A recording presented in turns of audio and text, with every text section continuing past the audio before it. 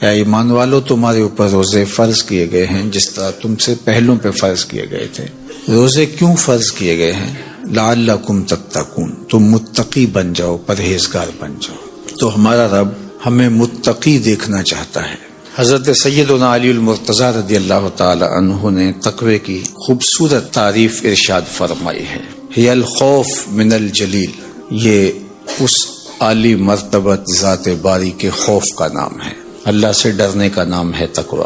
وہ صرف ہمارا خالق ہی نہیں، ہمارا مالک و رب ہی نہیں، ہمارا محبوب بھی ہے۔ والذین آمنوا اشد حبا للہ، ایمان والے اپنے رب کو ٹوٹ کے چاہتے ہیں، شدید محبت کرتے ہیں اپنے رب سے۔ تو جس سے محبت کی جائے تو اس کی ناراضگی سے ڈرا جاتا ہے، اس کے تو تھوڑے سے تیور بدل جائیں، اس کا التفات کم ہو جائے تو زندگی اجڑنے لگتی ہے۔ تو اللہ کا خوف بئی مانا کہ اس کی ناراضگی سے ڈرا جائے۔ اور دوسری بات ارشاد فرمائی والعمل بالتنزیل، اور اترنے والی پاکیزہ کتاب قرآن مجید پہ عمل کرنے کا نام تقوی ہے۔ اور پھر فرمایا والقناعۃ بالقلیل، اور تھوڑے پر قناعت کرنا۔ اللہ اگر زیادہ عطا فرما دے تو اس پہ شکر کرنا چاہیے، اور شکر کرنے سے نعمت فزوں تر ہوتی ہے، نعمتیں بڑھ جاتی ہیں۔ لیکن اگر اللہ زیادہ عطا نہیں فرماتا تو وہ خوب جانتا ہے کہ میں نے اپنے بندے کو کس جگہ رکھنا ہے، تو بندہ اس پہ راضی رہے کہ میرے مالک میں اس پہ راضی ہوں جس جگہ تو مجھے رکھنا چاہتا، تو اس کو قناعت کہتے ہیں۔ اور یہ تقوی ہے کہ اللہ پر بندہ ایسے راضی ہو جائے کہ اس کی عطا کردہ ہر نعمت پر وہ زیادہ ہے تب بھی راضی ہو، کم ہے تب بھی راضی ہو۔ تو جب اللہ پر یقین پختہ ہو جاتا ہے تو پھر اس کی تقسیم پہ بھی بندہ راضی ہوتا ہے۔ اور جس کو صبر کی دولت نصیب ہو گئی اس کی زندگی سوکھی ہو گئی، اور جس کے پاس صبر کی دولت نہیں ہے، قناعت کی دولت نہیں ہے، وہ کھرب پتی بھی بن جائے نفس کی کمینگی ختم نہیں ہوتی، چونکہ بریک تو ہے ہی نہیں یہاں۔ جتنا بھی مال و دولت مل جائے اگر قناعت نہیں ہے تو پھر تو انسان کی پیاس اور بھوک ہی نہیں مٹتی، ختم ہی نہیں ہوتی خواہش۔ سیدنا علی المرتضی رضی اللہ تعالی عنہ فرماتے ہیں کہ تقوی اللہ جل شانہ کی خشیت کا نام ہے۔ تقوی قرآن مجید پر عمل کی توفیق کا مل جانا ہے، تقوی اللہ کے دیے پر راضی ہو جانا ہے۔ چوتھی چیز جو تقوی کا جز آپ نے بیان فرمایا والاستعداد لیوم الرحیل، جو رحلت کا وقت ہے، دنیا سے جانے کا وقت ہے، اس کے لیے تیاری، یہ تقوی ہے۔ اگر ہمیں یہ چار چیزیں نصیب ہو گئیں تو سمجھو اللہ نے تقوی کا نور نصیب فرما دیا۔ اور یہ میرا اور آپ کا مقصود ہے، ہمیں جن نیکیوں کی ترغیب دی گئی ہے ان میں سے سب سے بڑی نیکی ہے کہ ہم تقوی اختیار کریں، اور ہمارا رب چاہتا ہے کہ ہم متقی بن جائیں۔ تقوی کی ایک اور تعریف بھی کی گئی ہے، اور وہ بہت خوبصورت تعریف ہے کہ تمہارا رب تمہیں جہاں دیکھنا چاہتا ہے تم وہاں پائے جاؤ، اور تمہارا رب جہاں تمہیں نہیں دیکھنا چاہتا تم وہاں نہ پائے جاؤ، تقوی اسے کہتے ہیں۔ تمہارا رب تمہیں مسجد میں دیکھنا چاہتا ہے 5 وقت، تمہارا رب تمہیں خیر کے کاموں میں دیکھنا چاہتا ہے، تمہارا رب تمہیں بیمار کے سرہانے دیکھنا چاہتا ہے، تمہارا رب برہنہ بدن اور بھوک اور پیاس سے تڑپتے ہوئے لوگوں کی مدد کرنے کے لیے ان کی دہلیز پر پہنچا ہوا دیکھنا چاہتا ہے، تمہارا رب تمہیں خیر کے کاموں میں منہمک دیکھنا چاہتا ہے، وہاں تم پائے جاؤ، وہاں سے غیر حاضری نہ ہو۔ اور جہاں تمہارا رب تمہیں نہیں دیکھنا چاہتا تو وہاں تم پائے ہی نہ جاؤ۔ تمہارا رب تمہیں کسی ایسی جگہ پہ نہیں دیکھنا چاہتا جو تمہارے منصب کے لائق نہیں ہے، اس نے تمہیں دستے قدرت سے بنایا ہے۔ اللہ اکبر! تو وہ کیسے اپنے شاہکار کو کسی گندی جگہ پہ دیکھنا چاہے گا، کسی غلاظت کے ڈھیر پہ دیکھنا چاہے گا؟ جہاں بدکاریوں کا ماحول ہوگا وہ اپنے شاہکار کو وہاں کیسے دیکھنا چاہے گا؟ تو تقوی یہ ہے جہاں تمہارا رب تمہیں دیکھنا چاہے وہاں تم پائے جاؤ، اور جہاں تمہارا رب تمہیں نہ دیکھنا چاہے وہاں تم موجود نہ پائے جاؤ۔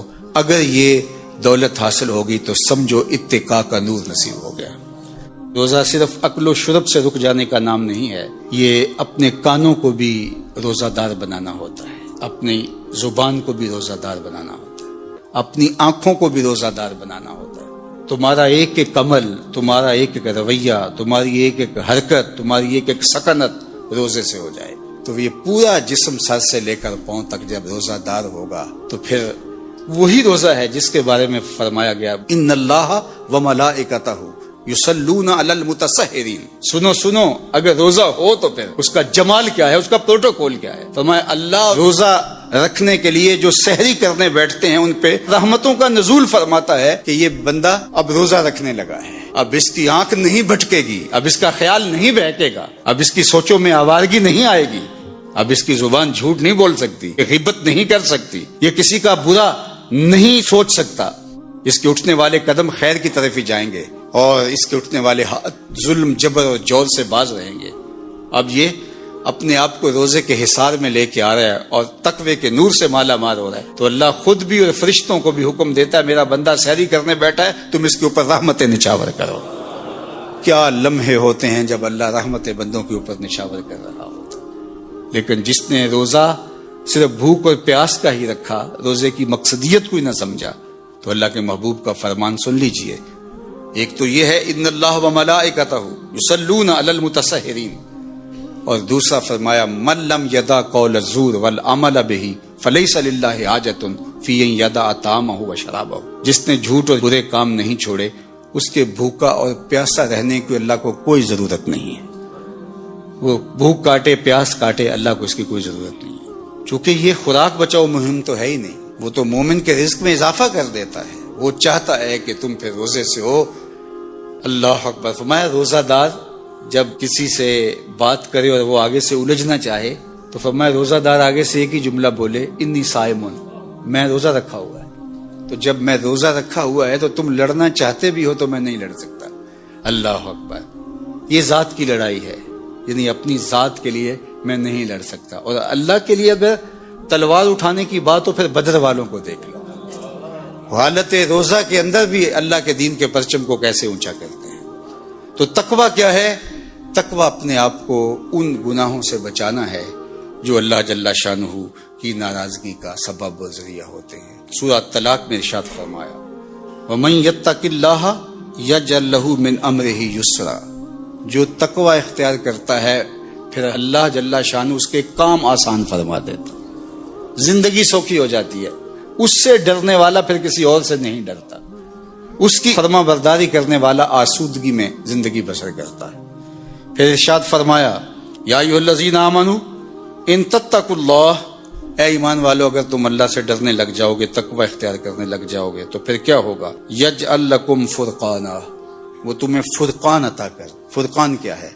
حق و باطل میں تمیز کرنے کی صلاحیت نصیب ہو جانا، اچھائی برائی میں نکھیڑا کرنے کی صلاحیت کا مل جانا. کئی لوگوں کو ساری زندگی معرفت ہی نہیں ہو پاتی کہ اچھائی کیا ہے اور برائی کیا ہے. میں نے پڑھے لکھے لوگوں کو بھی دیکھا ہے کہ ایک جاہل بابے کے جا کے قدموں میں بیٹھے ہوئے ہوتے ہیں. ایسے لوگ کہ جو اچھے مسلمان تو دور کی بات ہے، اچھے انسان کہلانے کے بھی لائق نہیں ہیں، جنہوں نے جنابت کا غسل بھی نہیں کیا ہوتا، تو کچھ لوگ ان کو بھی اللہ کا ولی سمجھ رہے ہوتے ہیں. کیوں سمجھ رہے ہوتے ہیں؟ اس لیے کہ یہ خود متقی نہیں ہے، اللہ ان کو امتیاز کرنے کی صلاحیت ہی عطا نہیں کرتا. تو فرمایا کہ اگر کوئی تقوی کے نور سے مالا مال ہو جاتا ہے اللہ اس کو فرقان عطا کرتا ہے. اور یہ بہت بڑی دولت اللہ کسی بندے کو عطا فرمائی. اور وہ کیا ہے؟ حق اور باطل میں تمیز کی صلاحیت، خیر اور شر میں امتیاز کی صلاحیت. یہ اللہ اس شخص کو عطا فرماتا ہے جو اتقاء کے نور سے مالا مال ہوتا ہے. وَيُكَفِّرْ عَنْكُمْ سَيِّئَاتِكُمْ. اللہ تقوی کی برکت سے تمہارے سارے گناہوں کو معاف بھی فرما دیتا ہے، تمہیں ستھرائیاں دے دیتا ہے. وَيَغْفِرْ لَكُمْ. اور اللہ تمہیں معاف بھی فرما دیتا ہے اور تمہیں غفران و رحمت کے پردوں میں بھی ڈانپ لیتا ہے. وَمَن يَتَّقِ اللَّهَ يَجْعَل لَّهُ مَخْرَجًا. جو اللہ سے ڈرنے لگ جاتا ہے، تقوی اختیار کرنے لگ جاتا ہے، اللہ اس کے لیے مخرج پیدا کر دیتا ہے. کچھ لوگ مصیبت میں پھنستے ہیں پھر ساری زندگی اس سے نکل ہی نہیں پاتے. اللہ فرماتا ہے جو تقوی اختیار کرتا ہے مشکلوں سے نکلنے کا اسے ہم راستہ عطا فرماتے ہیں. بڑی سے بڑی مصیبت سے بھی وہ آسانی سے نکل جاتا ہے. اس کے لیے ہم یہ کرم نوازی اور یہ رحمت اور یہ مدد اور یہ نصرت فرمائی ہے. وَيَرْزُقْهُ مِنْ حَيْثُ لَا يَحْتَسِبُ. اور اللہ اس کو وہاں سے رزق دیتا ہے جہاں سے گمان بھی نہیں ہوتا. اسے تصور بھی نہیں ہوتا کہ یوں بھی وہ رزق کے دروازے کھول سکتا ہے. تو فرمایا اللہ سے ڈرنا سیکھ لو، پھر تمہاری مشکلوں میں وہ راستے بھی کشادہ فرمائے گا، اور اللہ جل شانہ تمہارے لیے اپنی کرم نوازیوں کے در بھی کھول دے گا۔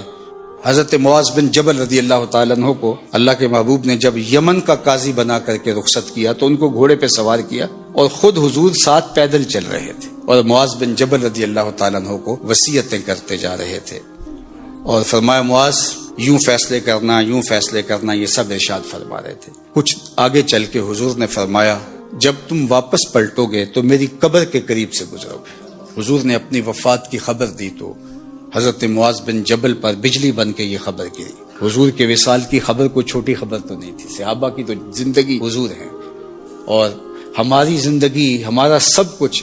مولانا ظفر علی خان نے کیا خوب کہا تھا، ہم جس میں بس رہے ہیں وہ دنیا تم ہی تو ہو۔ تو یہ خبر قیامت کی خبر تھی، تو انہوں نے رونا شروع کر دیا۔ آقا کریم نے رخ مدینہ المنورہ کی طرف موڑ لیا، اور یہ زاروں کے تار رو رہے ہیں۔ جب بہت زیادہ رو رو کے نڈھال ہو گئے تو آقا کریم نے حضرت معاذ کو تسلی دیتے ہوئے جو لفظ کہے وہ سنیے، ان اول الناس بی المتقون من کانوا و حیث کانوا۔ معاذ پریشان ہونے کی ضرورت نہیں ہے، میں اپنے متقی غلاموں کے ساتھ ہوں۔ من کانوا و حیث کانوا، وہ جو بھی ہوں اور جہاں بھی ہوں، تو انہیں معیت رسول بھی حاصل ہے جو تقوی کے نور سے مالا مال ہے۔ حضور کا قرب نصیب ہوتا ہے انہیں، اور اللہ کی قربت بھی انہیں نصیب ہوتی ہے جو تقوی کے نور سے مالا مال ہے۔ وَاعْلَمُوا أَنَّ اللَّهَ مَعَ الْمُتَّقِينَ، اللہ تعالیٰ متقیوں کے ساتھ ہے، ان کو اپنی معیت عطا کر دیتا ہے۔ اور مجھے بتاؤ، جس کو اللہ نے اپنا قرب دے دیا، اپنی معیت کا جمال عطا کر دیا، پھر کوئی چیز پیچھے رہ گئی؟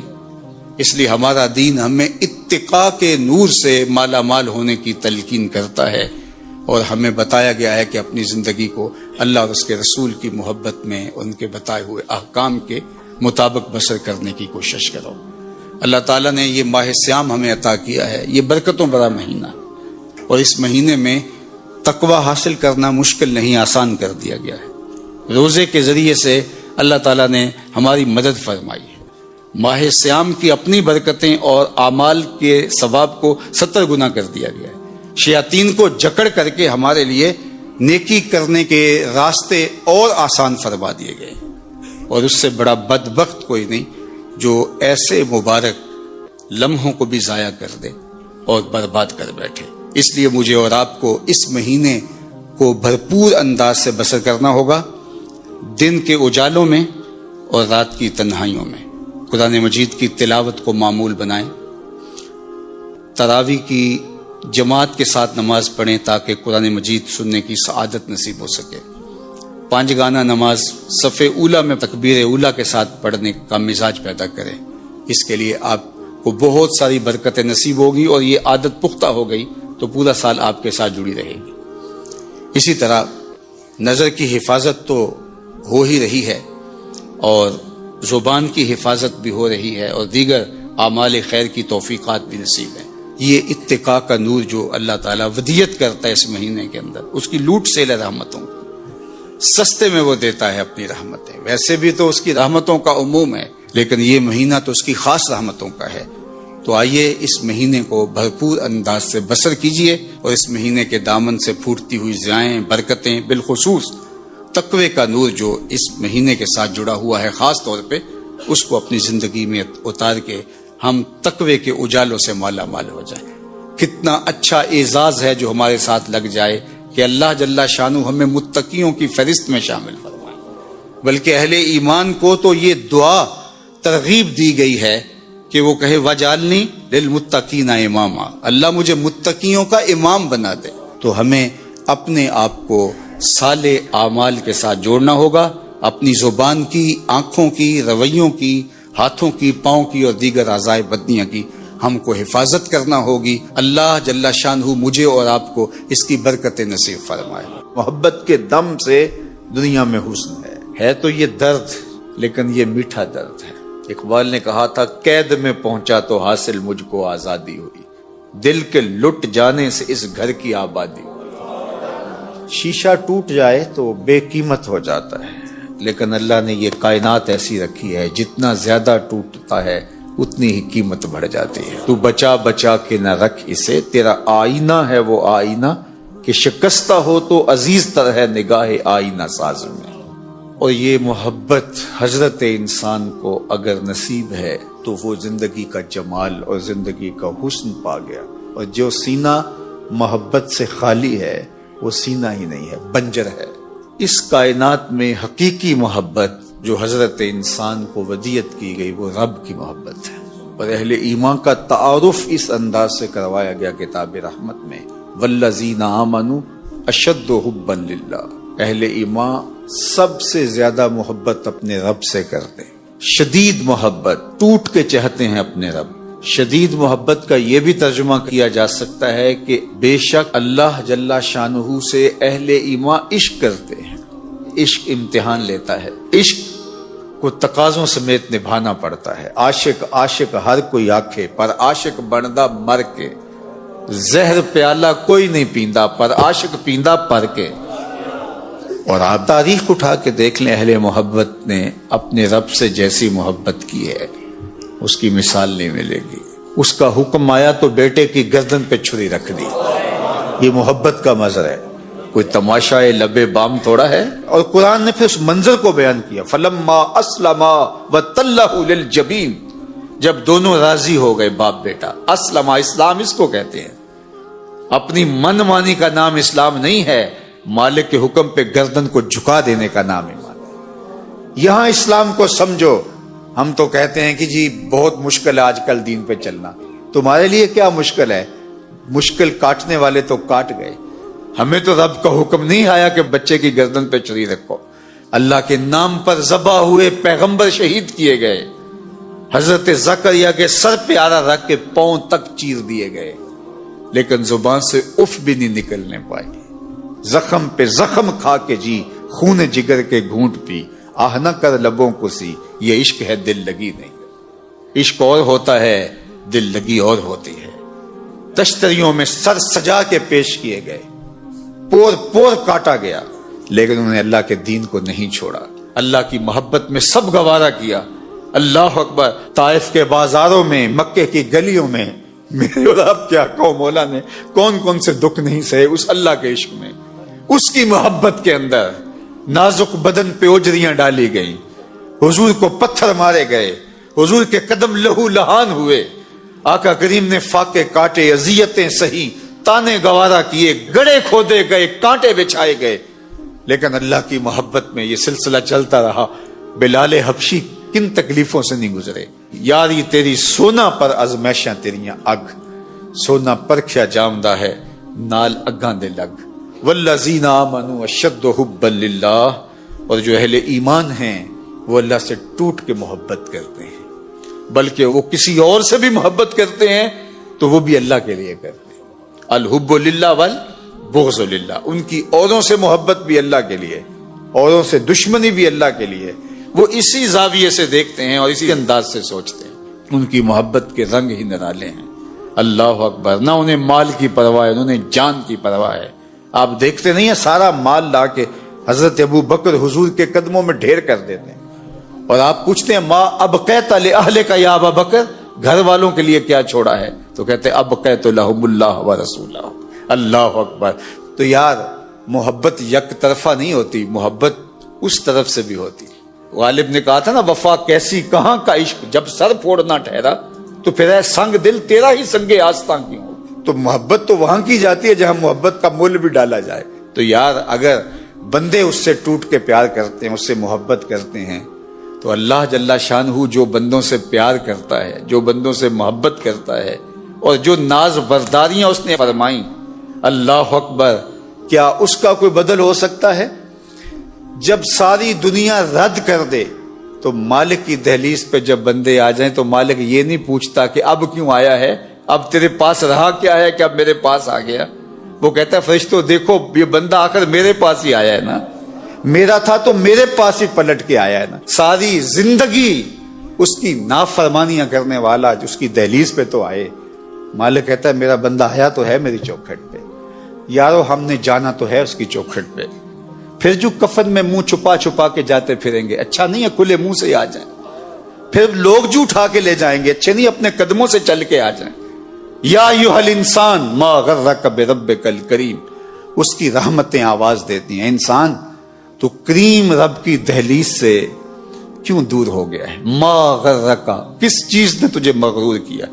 دولت نے، حسن نے، اقتدار نے، منصب نے، افراد کی کثرت نے، کڑیل جوانی نے، بازوؤں نے، طاقت نے، حمایت نے، کس چیز نے تجھے رب سے بے نیاز کر دیا؟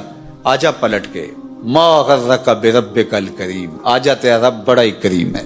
وہ یہ نہیں دیکھے گا کہ تو نے ماضی کہاں گزارا، وہ یہ دیکھے گا میرا بندہ پلٹ کے میری چوکھٹ پہ آیا، بلکہ اس کا وعدہ ہے جب بندہ گناہوں سے توبہ کرتا ہے تو نہ صرف میں اس کے گناہ معاف کرتا ہوں، گناہوں کو بدل کے نیکیوں میں تبدیل کر دیتا ہوں۔ تو جتنا بڑا بدکار تھا اتنا بڑا نیکوکار ہو جاتا ہے۔